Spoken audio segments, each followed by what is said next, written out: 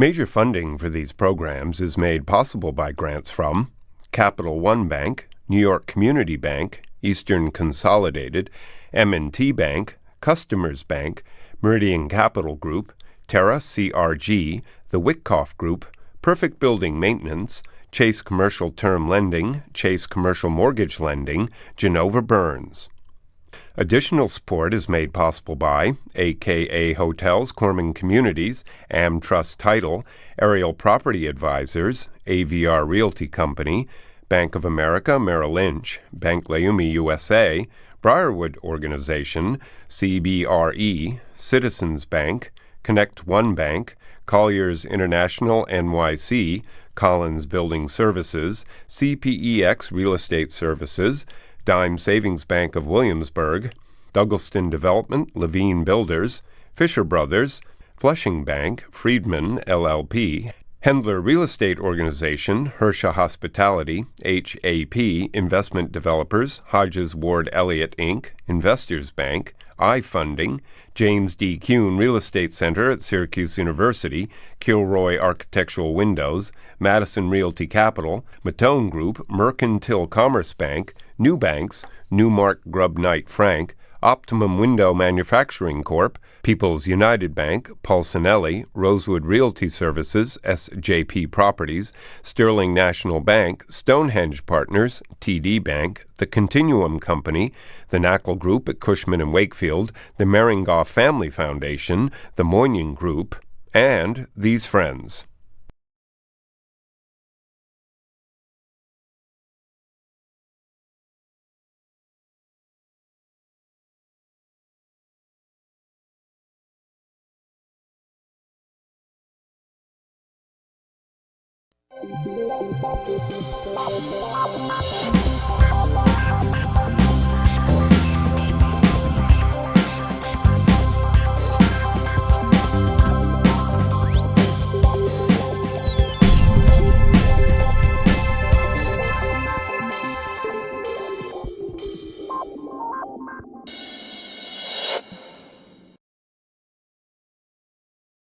People are traveling.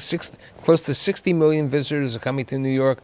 A lot of hotels under development. A lot of things happening. You hear about Airbnb. You hear of other services. You hear about the exit of the UK and from the European Union. What does this mean to the hospitality market in the New York and the metropolitan area in the country? So today I've assembled this group of business leaders who are going to provide their insight on the hospitality market. My friends come from all different places to be here. From Philadelphia, my friend Larry Corman, who is the president of AKA Hotel Residences and the co-chairman, co-CEO of Corman Communities. Eric Lewis, who is the senior executive vice president, senior managing director at Cushman & Wakefield Gaming and Hospitality Practice Global.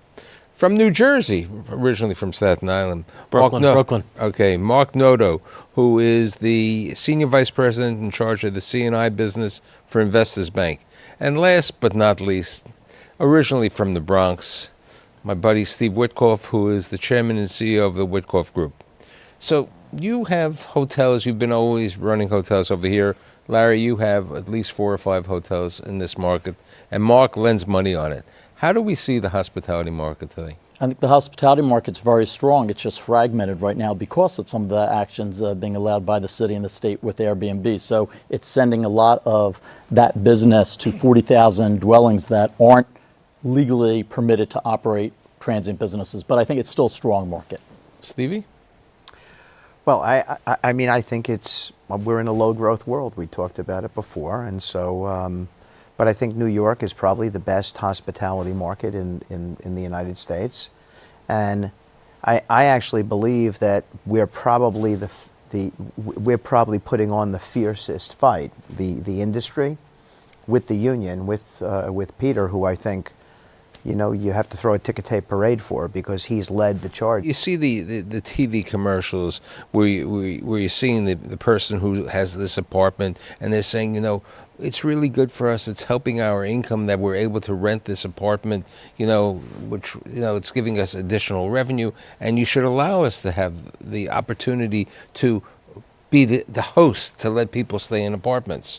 I mean, that's the one side of the Airbnb approach. We didn't draw the line as to this 30-day, but if the law states in the city and the state that in order to take transient stays, you have to be in a commercial zone. You have to have certain life safety, smoke purge, backup generators, and certainly sprinkler system. You have to have a certain percentage of accessibility. You hire hotel union employees. You charge a certain tax. You collect it. You remit it. There are certain laws you have to abide by.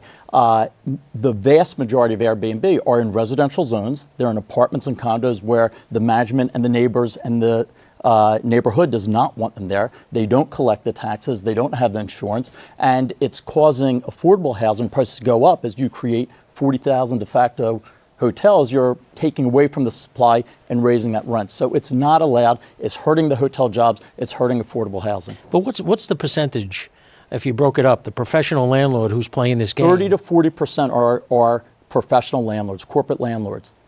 That So those are skirting commercials the law. are really a little bit of a mislead. In actuality, I mean, they're directed toward fighting the bill that Cuomo's about to sign. And the truth of it is, the bill really does not change the law. The apartment's either legal or it's not legal. All the bill is saying is you cannot advertise an illegal rental. I think they're also holding Airbnb accountable as the marketplace, whereas before they're saying, hey, we're not the ones breaking the law, we're just bringing them together. And I have nothing against Airbnb, but the individuals have to know that they are or are not permitted. They know within their building they're not permitted to do it, so they're doing it anyway. Steve, you've been in the hospitality business for close to 30 years. What do you see? With Airbnb? Yeah. Well, first of all, from a housing perspective, I think it's outrageous that you would tag a landlord. I don't do much rental anymore, but you would tag a landlord with overcharging, but you would sanction a tenant, in effect, to be able to overcharge through Airbnb. So I think it's incredible in a rent-regulated environment that would be allowed. And so hopefully the governor does sign this, and I got to imagine It's he's all under about huge enforcement. pressure. Even if Cuomo signs it, the mayor has to enforce it. I don't think they're going to enforce it. That's my issue. I just want consistently applied I laws. mean, look, part of the, to run the city of New York, part of the reason that there's an 18.5% tax on the hotels is to take care of the economy of the city. That tax is not being collected right now. It's totally... And if it were 60 million that has gone uncollected, it's really 120 million that the city clearly does not care about. They must be awash in money, but affordable housing could certainly use that 120 million a year if they went to hotels where they're going to collect it and remit it. When you hear of Airbnb and you hear about, this onslaught of so many hotels under construction today, how do you, as a lender and you evaluating properties, for lenders and for other people, how do you look at this? It's an issue that's talked about anytime the New York City hotel market is talked about. Historic levels of new supply, Airbnb coming into the market. So the supply side is clearly an issue. However, we have seen the very beginnings of the new supply pipeline, the stuff that's going in for permitting, drop dramatically. The peak was in 2014, where we had about 2,500 hotel rooms per quarter being brought before the City Planning Commission. That's down about 80% now to about 500 units per quarter. So we see, as that sort of crimp in the pipeline continues through the market and through time, we think that the supply of traditional hotel rooms is going to eventually kind of run its course. Airbnb, it's kind of in its infancy. I think it's here to stay. What happens ultimately with the number of units, how they're legislated, how they're taxed, remains to be seen. But on the demand side, New York has been historically and continues to be just a juggernaut. It's firing really on all cylinders, be it commercial, tourist business, educational, really, any sorts of demand. As the man who has the money, who's lending to these people, both in the construction and the permanent loans, how do you look at it? For the most part, Mike, we still maintain our old-fashioned lending standards.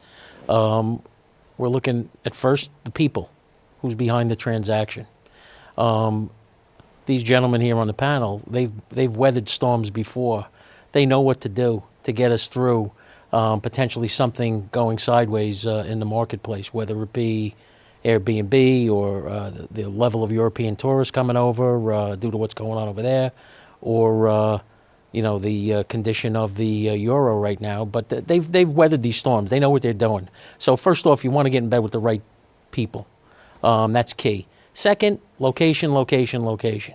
You know, the Manhattan market, it's a lot different than than all of the rest of the country in the fact that in Manhattan you have, you know, I know an appraiser doesn't know what he's doing when he does a comp in Manhattan that's 3 miles away.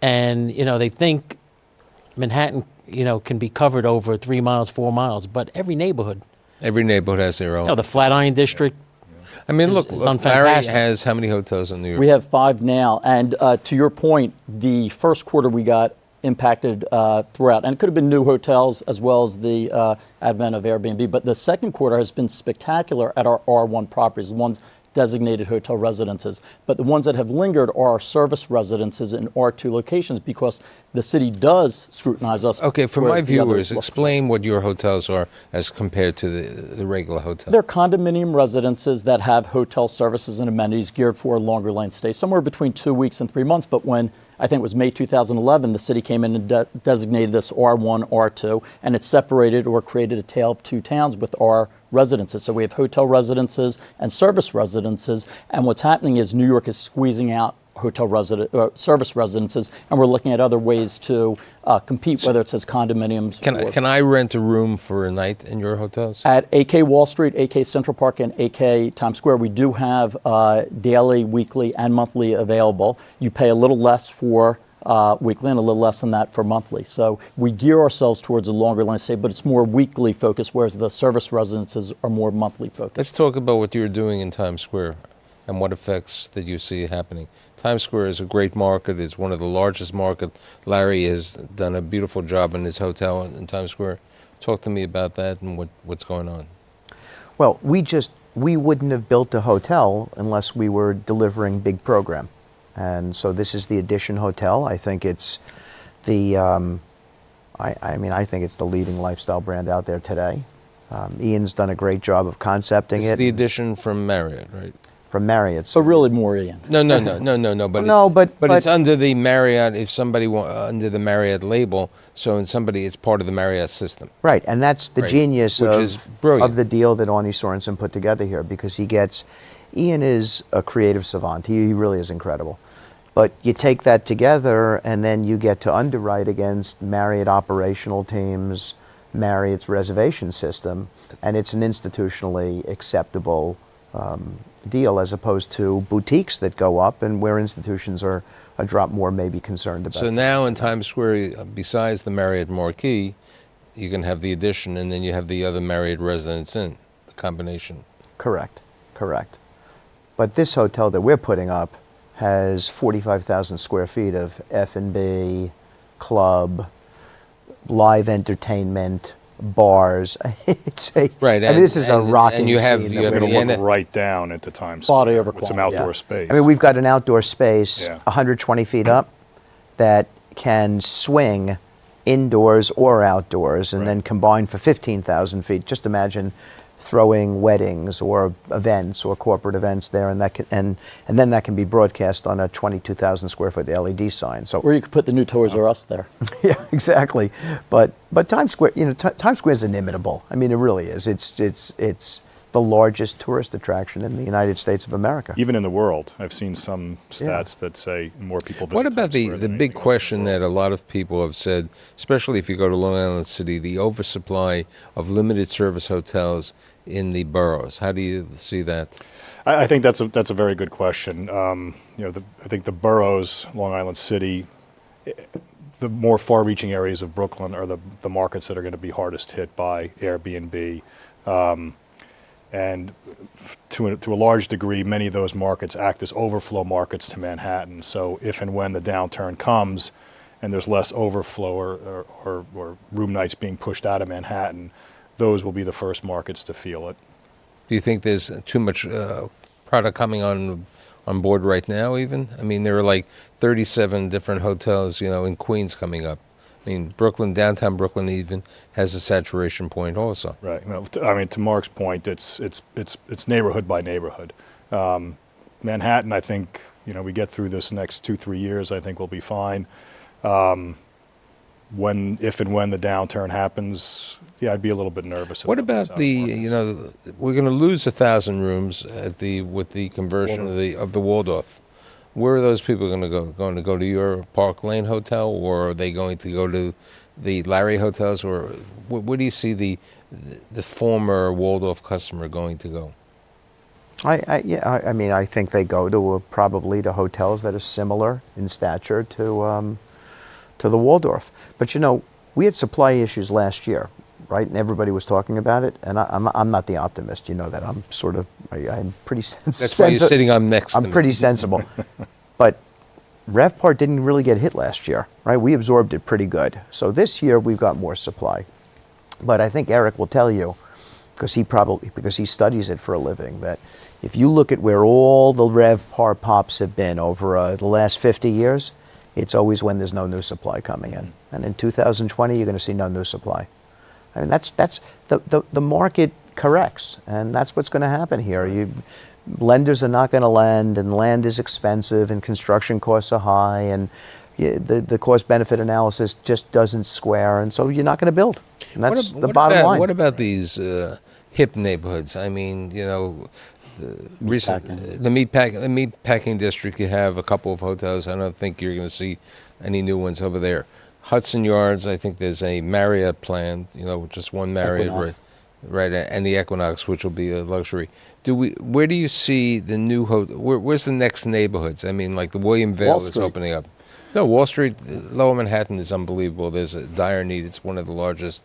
It's really taking the best of what's been at Soho and Tribeca and bring it to the financial district. Howard Hughes is spending enormous money on the seaport that's going on. We've spoke about the Oculus opening up at Westbrook over there, so it's over there. Do you see Harlem? Hudson Yards is pretty cool, so I won't just run over that. That's a pretty cool development that's going over there.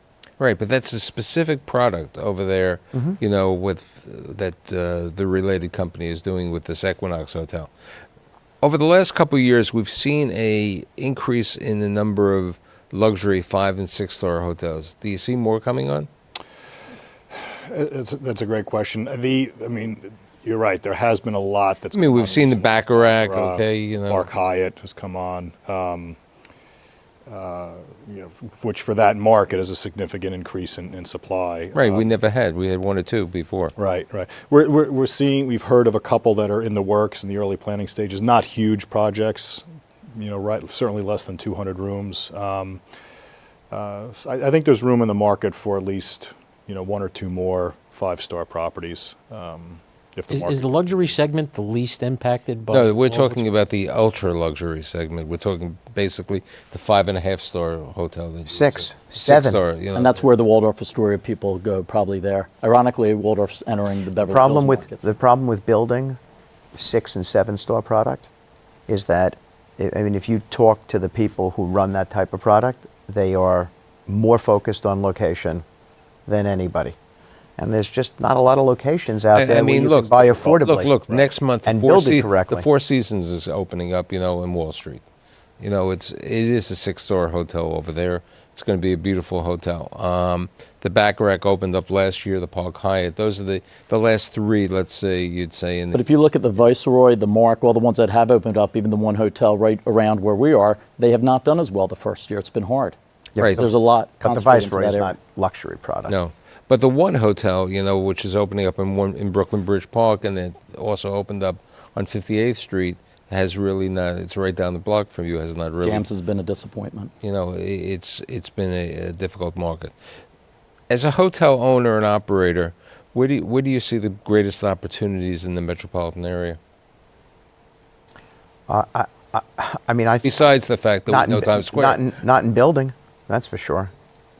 I wouldn't build a new hotel today. Land is still expensive, right? There's a standoff on land between buyers and sellers. Construction costs are still too high. Why would you build today? I think the greatest opportunity is going to be to buy if you're a long-term believer and someone and sellers are prepared to sell at correct numbers. Hotels are going to trade for all the right reasons, Michael. Hotel REIT stocks, look at where they're all trading at 8.5%, 9% returns. So the fact of the matter is that you're going to see plenty of hotel trades out there. And for those who understand how to run them, that's why Richard Bourne is out there buying hotels. He sees the opportunity finally. So that's where the opportunity is going to exist from an investment With standpoint. regard, when you bring up Richard Bourne, who basically created the pod, the small hotel, as we would call it, the micro hotel. You're the financier on the pod on 39th Street. How do you look at the micro hotel as compared to a regular room hotel? I mean, the biggest fear on the Airbnb side is really going up against that market segment. So that has me a little bit concerned, but the hotel has performed very well. Richard really does a lot of direct marketing. He gets his clients directly overseas, and it's done really well. Right, and as key- opposed to a and key- Marriott system that we're talking about over here, or an AKA system that you have over there. And key to it, in the words of Jack Horn, Shimmy's grandfather, the difference between a good hotel and a bad hotel is how much you owe the bank. So Richard also knows how to raise equity, and he comes in strong, and I'm not concerned at all. Do you It's a see great project. in your market that since you're getting valuation jobs, do you see a lot of money coming in from Asia, Europe, Middle East today for hospitality? Oh yeah, absolutely. I mean, some of the largest deals that have been done, the purchase of the Palace by Lotta, the purchase of the Baccarat by Sunshine, Waldorf. the Waldorf with Anbang coming in from China. Our brokers just handled a deal where Syndat purchased 13 hotels from the from Hersha. Hersha Hospitality. So yeah, I mean, as we were talking about before the show, New York continues to be the epicenter, the center of the bullseye of where global real estate capital wants to be, and probably looking even more attractive now in the wake of the Brexit. What about Mark is with a bank who's in New York, New Jersey, and Pennsylvania now. How do we look at the suburban markets? Okay, the Garden City Hotel has been refurbished. It looks really good. But there really aren't that many hotels out in Long Island today. There's a small number over there. Also, New Jersey, Hoboken has done fine. Jersey City has done fine. What about that, Mark? I think the issue behind all of this sort of urbanization that we're seeing, and it's not just in New York, it's Nashville, it's Denver, it's any major city, just about any major city, is this word that we could have a whole nother show on, which is millennials. Young people want to be in a live, work, play environment. They want to be able to ride their bike to work. They want to be able to kind of walk out their front door and go to a bar. And as a result, all the demand is kind of being pulled into these urban centers at the expense, to a large degree, of the suburban centers. Right, don't you in We the farming have community? we have Ave, which is a hybrid between the furnished apartment and the high-end apartment. And we have 4 in Central Jersey, from Florham Park to Somerset to Union and Clifton, and they've done spectacular. And But it's that's been a that millennial. but that's a month to month. That's Yes. a lease. Yep. What are they? 6-month leases? No, there's month to month. We're able to do weekly. We've chosen not to in these markets because they do commit for 2 or 3 months or 2 or 3 years, and it's a gamut between those stays. But they've done very, very well in the last 2 years. And they're mid-rises with that gamut between. Right, longs. but they're also, in a way, like transit-oriented developments. They're near the trains, Yeah. which creates a good situation. Right now, I think finally Alan Rose, after 40 years in Yaphank, has been approved for some of his development, and he's planning some hotels. What do you see about the suburban hotels on your mind? Well, we own one. We own the Long Island Marriott right next to the Nassau Coliseum. We bought the debt on it. It's killing it. But it's the same characteristics as hotels in New York City that are doing well. It's next to Hofstra, so we get that overflow. It's next to the Coliseum. It's killing it today, and the Coliseum's not open.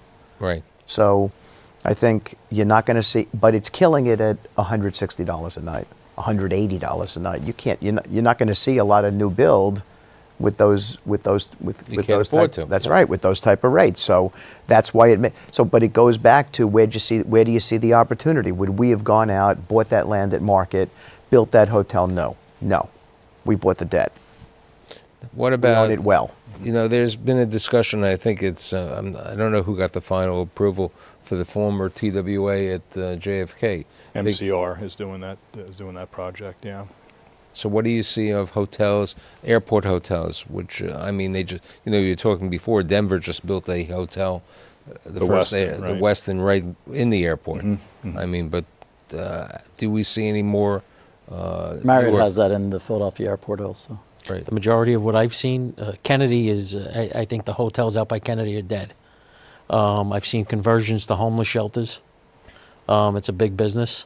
LaGuardia is probably a little bit better only because of the proximity to the city. I mean, you're out of Kennedy. I mean, you're an hour away, an hour and a half away. But we were the cover bid on that deal, though. Ian and I, we bid on that, and we, I think, came in second. I think, they don't tell you those things, right? When you bid with the Port Authority. So why'd you bid that? Why'd you believe in? Well, I think if MCR does, and I'm sure they will, by the way, does what we wanted to do, which was to create an environment where when you're flying in and out of Kennedy, you don't feel like you needed to leave Kennedy.